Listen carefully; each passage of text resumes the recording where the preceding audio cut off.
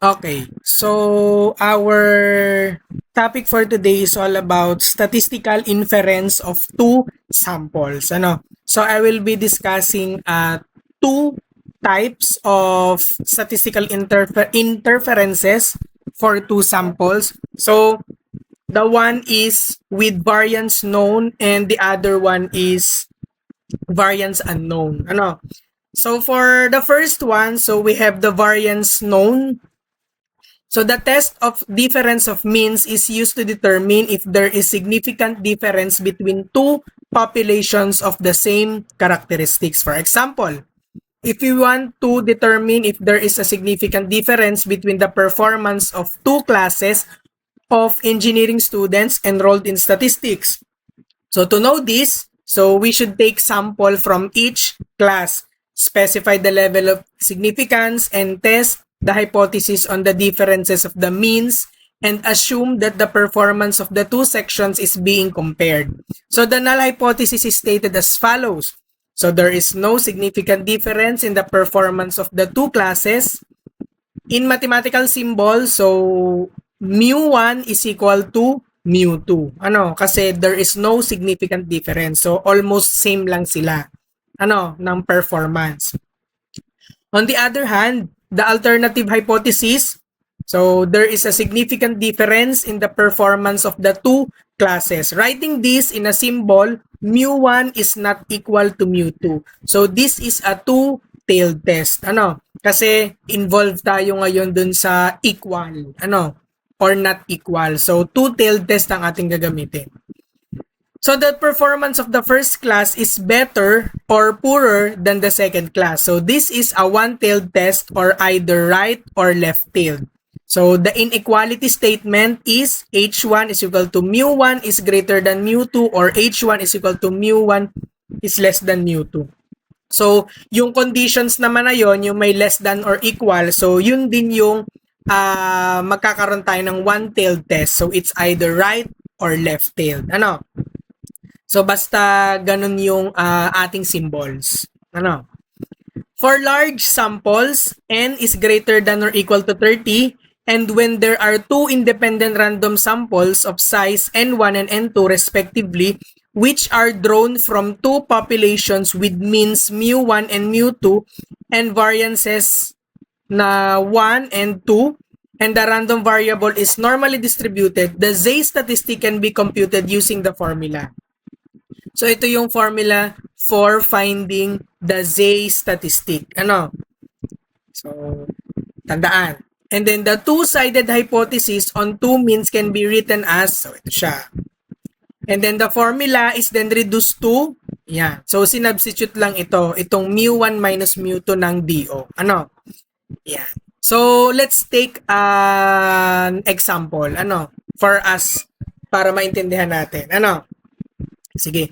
For example 1, so the Bureau of Agricultural Research is studying two varieties of high-yielding corn. So, meron daw, nagkakonduct sila ng study about corn. Ano, kung alin yung mas mataas yung yield. So, tinetesting nila. Ano? So, based on past studies, the difference in yield is significant. To know if there is really significant difference, the director of the Bureau decided to conduct an experiment. So, ang experiment nila, 40 hectares of the first variety and 30 hectares of the second variety are planted and are grown in the same laboratory conditions. So, meron tayong dalawa ngayong variety ng corn. So, yung isang variety, yung first variety, so itinanim siya dun sa 40 hectares. And then yung second variety, itinanim naman siya dun sa 30 hectares. Ano? Tapos pinalago sila at the same laboratory conditions. Ano? After harvesting, yield are 250 sacks for first variety and a standard deviation of 20 sacks. And 240 for the second variety with the standard deviation of 15 sacks. Ang tanong, is there a significant difference in the yield of the two variety of corn? Use 1% level of significance. So, tinatanong kung may difference ba yung yield nilang dalawa. Ano? Nung magkaibang variety. Ano? So, solution. So first, we write the hypothesis and the null and the alternative hypothesis. So, as follows, mu1 is equal to mu2, tapos yung alternative is mu1 is not equal to mu2.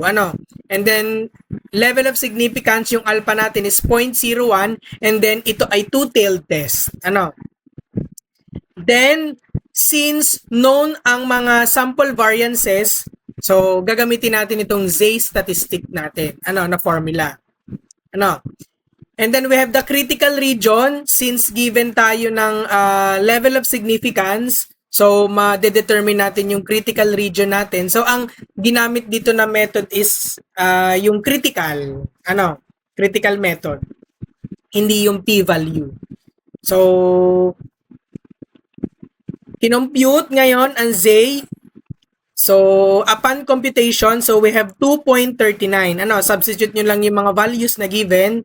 So, magkakaroon tayo ng value na Z is equal to 2.39. Since, i-compare nyo yung Z critical natin dun sa na-compute natin na Z statistic. So, ang lalabas dyan ay do not reject HO since yung negative 2.575 is less than 2.39 is less than 2.575. So therefore, there is no significant difference in the yield of the two varieties of corn. So i-compare lang ulit natin. So, sabi dito, yung critical region natin ay positive negative 2.575. So reject HO if Z is less than negative 2.575 or greater than 2.575. So, yun yung condition para i-reject natin yung HO. Okay? So, ganyan lang yung pagsosolve ng for example number 1. Para ma-determine natin yung significance if there is a significant difference sa two varieties ng corn. So, ganyan lang yan. So, tandaan nyo yung pagsosolve ng ganitong problem.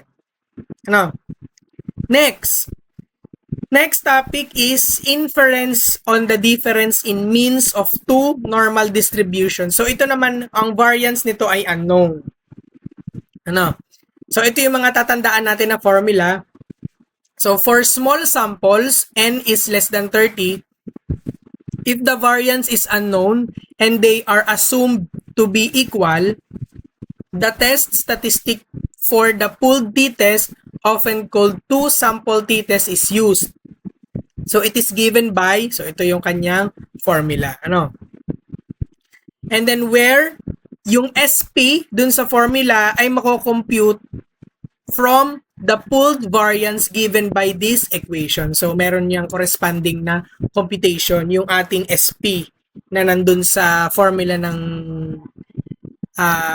t-test. And then, when the variance of the two normal population are unknown and are not equal, the test statistic is given by, so ito naman yung kanyang formula. And has an appropriate t-distribution with an approximate degree of freedom. Yeah. So, ito yung formula ng degree of freedom. So, para maintindihan natin itong scenario na to, so let's have an example.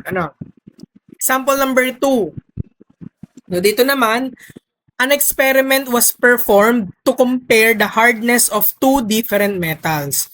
So, 12 pieces of material A were tested by exposing each piece to a Brinell hardness tester. So, the 10 pieces of material B were also tested in the same machine.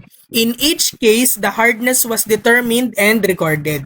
The samples of material A gave an average hardness of 85 with an sample standard deviation of 4, while the samples of material B gave an average of 81 and standard deviation of 5.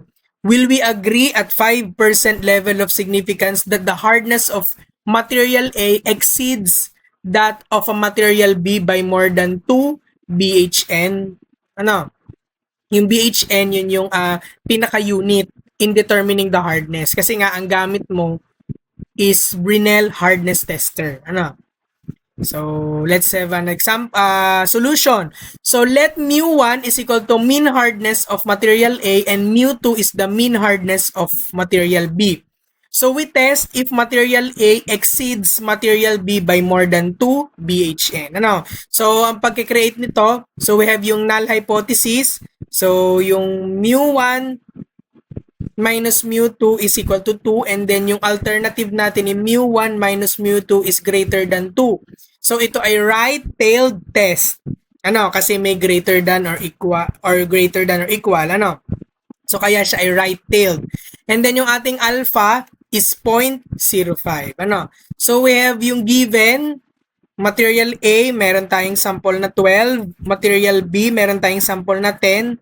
Meron tayong average hardness ng A, which is 85, average hardness ng B, which is 81, and then standard deviation of 4 for material A, and standard deviation na 5 for material B. And then yung DO natin is equal to 2, which is yung ating tinatanong kung more than 2 BHN. Yan. So, test statistic. So, meron tayong formula for the pooled variance. So, yung SP natin. So, isubstitute natin yung mga values dito sa formula and makakakuha tayo ng SP na 4.478. And then, itong SP na to, na nakuha natin, i-plug in natin dito sa formula ng t-test, ng t-statistic. Tapos, i-plug in din natin yung ibang values, yung x sub 1 minus x sub 2, DO. So, makaka-come up tayo ng T, which is yung 1.04. Ano? And then, in determining the critical value, so we have degree of freedom. Compute natin yung degree of freedom. So, dito, ang formula ng degree of freedom, since dalawa yung ating sample, so N1 plus N2 minus 2. So 12 plus 10 minus 2 is equal to 20. So at alpha is equal to 0.05, right-tailed. So we have 1.725. So i-compare lang natin tong 1.725 na to. Ano? And then decision rule, reject HO if TC is greater than 1.725. So yung ating na-compute na TC is 1.04, which is less than dun sa 1.725 na nakuha natin dun sa T table natin. Ano? So kaya ang ano dyan is do not reject null hypothesis. So ang ating final conclusion is at the 5% significant level, there is not enough evidence to conclude that the hardness of material A exceeds that of material B by more than 2 BHN. Ano? So, ganyan lang yung pagsosolve para dito sa condition ng inference on the difference in means of two normal distributions, variance unknown. Ano? So, tandaan nyo yung mga example 1 and example number 2.